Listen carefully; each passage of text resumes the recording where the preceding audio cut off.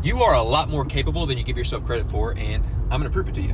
In my life, I've done a lot of things where I've just been scared as from the beginning. And I've been trying to be a lot better about cussing, but you know what I was trying to say. The one thing I absolutely need you to get ingrained in your head is what you create in here directly dictates and correlates to what you see out here.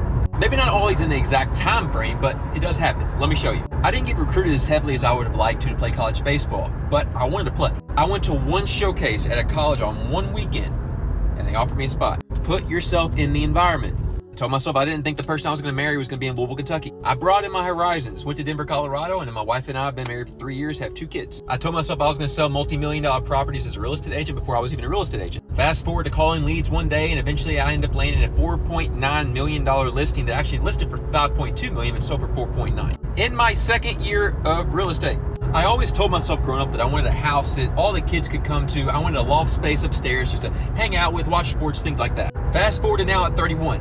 I had the house that I always wanted as a child and the type of neighborhood that I always wanted to have too. It just ended up happening. My wife and I decided to move our family to Texas. I told myself I needed a consistent at-home position. Everybody back in Kentucky was saying, Andrew, what are you gonna do for work? I just had an abundant amount of faith that something was going to happen once we moved. Fast forward to 3 weeks into moving, I got pushed into an interview for working remotely as a sales representative for oil and gas. I did well from the get-go, but I hated the job itself. I knew I had to get out. I asked God openly to allow me to walk back into something that I love, that I was passionate about, and would provide for our family monetarily. Real estate was an answer. I knew 0 teams down in Texas. I marketed myself, interviewed brokerages, and eventually found a new home down here in Texas. It's just when you look back at your life and you allow yourself to open up to the idea of, hey, things didn't happen when I expect them to, but kind of how. And that legit all starts up in here. I truly feel like I'm going to be a multi-millionaire someday. And it's not about the money, it's about the freedom that's going to provide for our family. So the fact that I keep pushing it out into the world, into an existence mind frame, it's really not a matter of if it's going to happen. It's a matter of when.